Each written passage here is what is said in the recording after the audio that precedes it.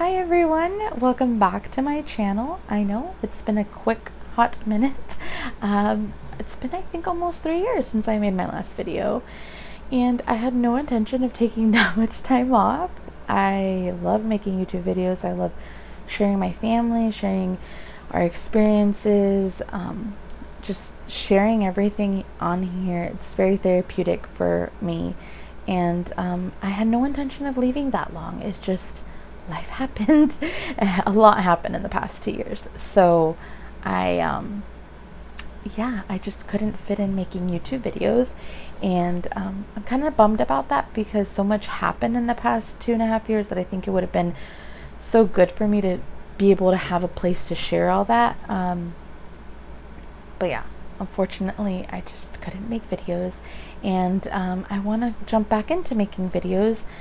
But because so much has changed, I kind of felt like it was necessary for me to make a quick little life update on us and what's going on.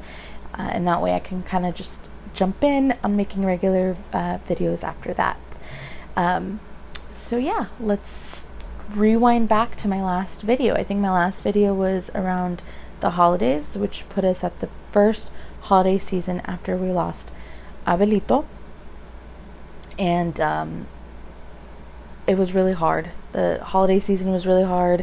It was not only the first holiday, but it was like around his due date. He was due on Christmas Eve, and it was just really hard and emotional. And then, on top of grieving him, I realized through going through therapy that I was also grieving another loss, a very significant loss that I hadn't let myself feel or grieve, and that was the loss of my mom. I don't think I've shared on this channel quite yet, but I lost my mom when I was very young, and it was actually in a very traumatic way. And because I was so young, I thought I had dealt with it, obviously you never get over losing a parent or a child, but I thought, I not moved on, but I learned to live, and keep going. And apparently I didn't. I just dissociated and did what I needed to do to survive as a young kid. And so when I lost Abelito and going through therapy, I realized all this. I realized, gosh, I didn't actually grieve my mom. I didn't grieve any of it or process the trauma. And unfortunately, it was like going through it all over again. So I was not only grieving my son, but I was grieving my mom. And it was just a really, really tough time. So I was learning a lot about what I needed to do for me to heal and for me to grieve. And that included how I let people treat me. And that led me to actually having to quit my job of 12 plus years. Which sucked because I really loved all the people that I work with.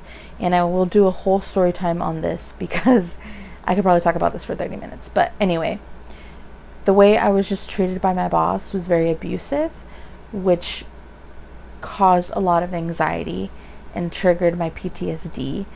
And I just couldn't keep being treated like that, even though I had already asked not to be treated like that. So I ended up having to quit.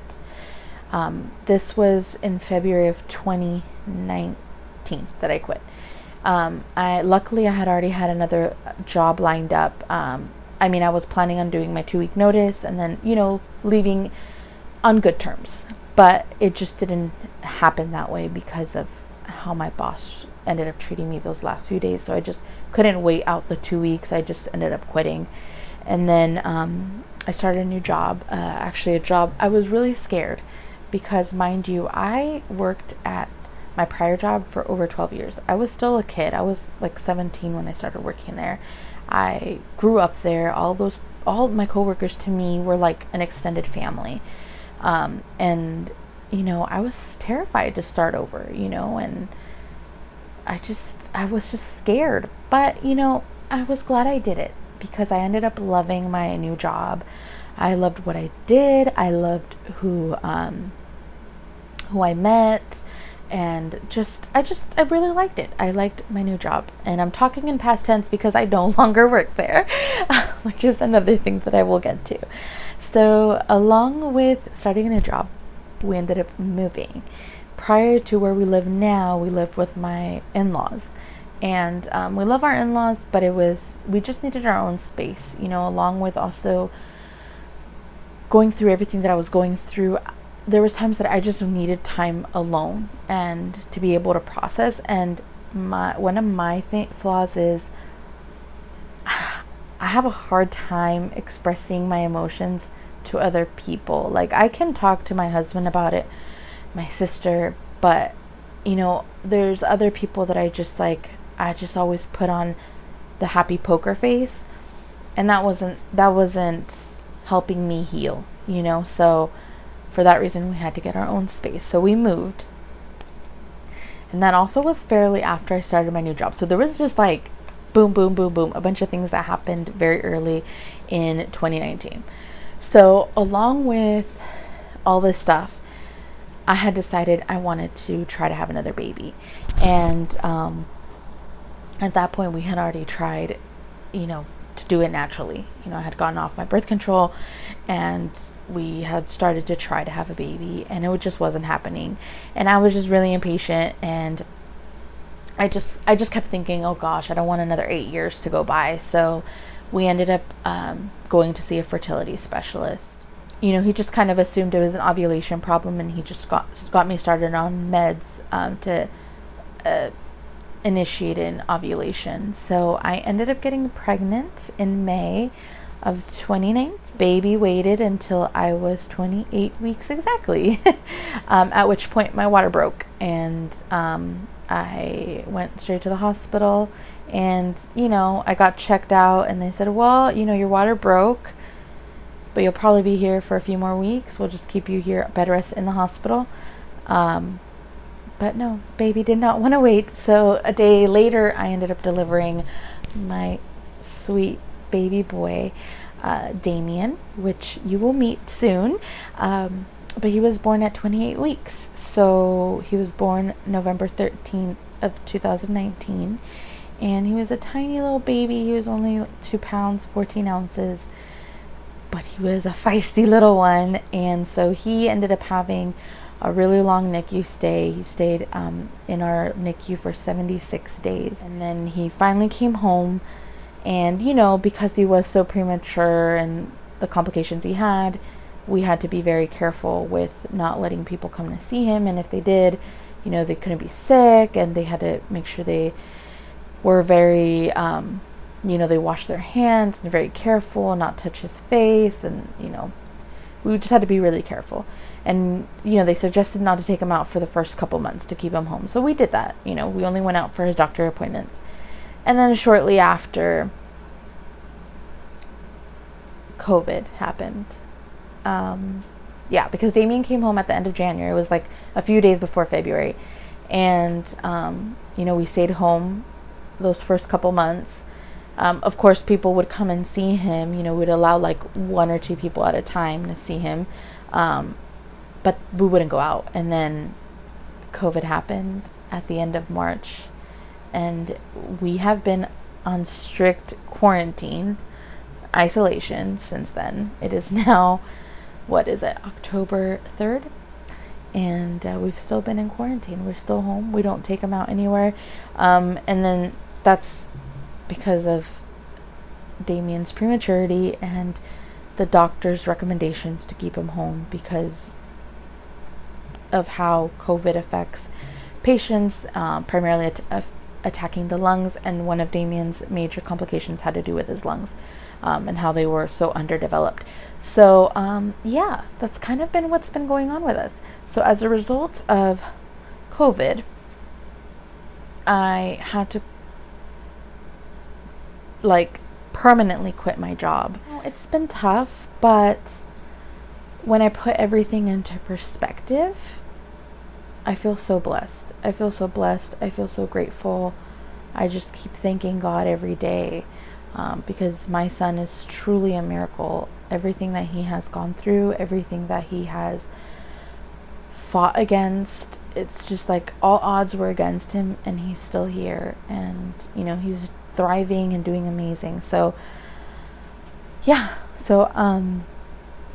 things have been tough in terms of, you know, adjusting to not seeing people, not seeing friends, not seeing family. But again, such a small price to pay compared to everything else, and then compared to what everybody else is going through, you know. Another point I wanted to make in my video is my heart goes out to anybody who has lost a family member, a friend, a relative to this pandemic. You know, so many people have passed away, and it's just so heartbreaking. So I definitely, my heart goes out to anybody who has lost someone to this pandemic, and I know not everybody has been as fortunate as us. So I definitely am grateful, and send prayers to everybody who has been affected negatively by this. But yeah, that's kind of what our life has been the past 2.5, 3 years. We moved jobs and baby, and our JoJo's growing up. She's a teenager now, and she's in junior high, and it's crazy. So it's been super crazy. It's been amazing and crazy and eventful, but not eventful at the same time, especially these past few months. But I definitely want to keep making videos. I want to document my family and what's going on with us. I have a list that JoJo made for me, actually, of our ideas for our channel. We definitely want to keep it family, still based on our family, you know. JoJo might start her own channel because she's now a teenager and she wants to make cooler stuff that I'm not cool enough for. So JoJo might start her own channel. If she does, I will let everybody know. But we definitely want to make family vlogs. We also want to do, as I mentioned, story times. I have a lot of story times that even before I went on leave I wanted to film, and I just hadn't gotten a chance. So my story times will probably be coming out more often than family vlogs, only because we're not going out, and I don't know how interesting it is to watch us just play on Damien's floor mat every day. So but I'll do story times, and then I wanted to do reviews of like gadgets, home items, maybe even foods, and then also makeup, because I still love makeup. I mean, on the rare occasion that I still get to do my makeup, I still want to review makeup. So we wanted to do reviews. We also wanted to do like mukbangs. I don't know if I'm saying it right. JoJo said I'm saying it wrong, but I don't know how to say it. So you probably know what I mean. I'll probably spell it out here so everybody knows what I'm talking about. But I was thinking maybe we could do that, and order a bunch of like food and just eat and talk. And then we were thinking of doing like craft videos and prank videos, and then I'd still include a few makeup here and there videos. Again, it's still something I really love. I mean, I'm not a pro at it, and I'm not trying to say I'm a pro, but I still love makeup. So I don't know, maybe share some of my stuff on there. And then another thing that I kind of wanted to dive into, and I would see how those videos do and see if I continue to do them, but I really like, or I would like to make some chisme videos. Chisme as in gossip for my non-Spanish speakers. But I wanted to make chisme videos where I could just talk about what's going on, you know. Local chisme, not local, because I don't want to talk about anybody like personally that I know, but you know, like celebrities or YouTube chisme. I don't know, just like girlfriend to girlfriend, let's just talk about what's going on, you know. I don't know, give what you think. But yeah, I think that's what we want to do for our channel, and hopefully I can keep up with them. I mean, I'm just home right now. I did start a new business venture, but I do have time to film, and Hector will be helping me with editing. So yeah, so hopefully, and then don't mind, this is not going to be my permanent backdrop, but it is what it is for right now. But anyway, I'm so glad I'm back. that we are back and we're going to start making videos.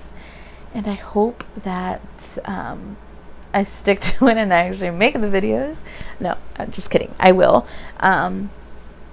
But I'm so glad to be back and be able to make videos, and hopefully you guys enjoy them. And yeah, I don't know what else to say. Is there anything else I need to say? I don't think so. I mean, I have a lot of plans for my future right now. I definitely want to move again and make videos and just document my kiddos and buy a house, hopefully. And what else? Get through this pandemic. I think that's a few good goals. But anyway, yeah, thank you so much for watching. I really appreciate you coming back, sticking with me, or sticking with us, and hopefully we will catch you in the next video. Bye.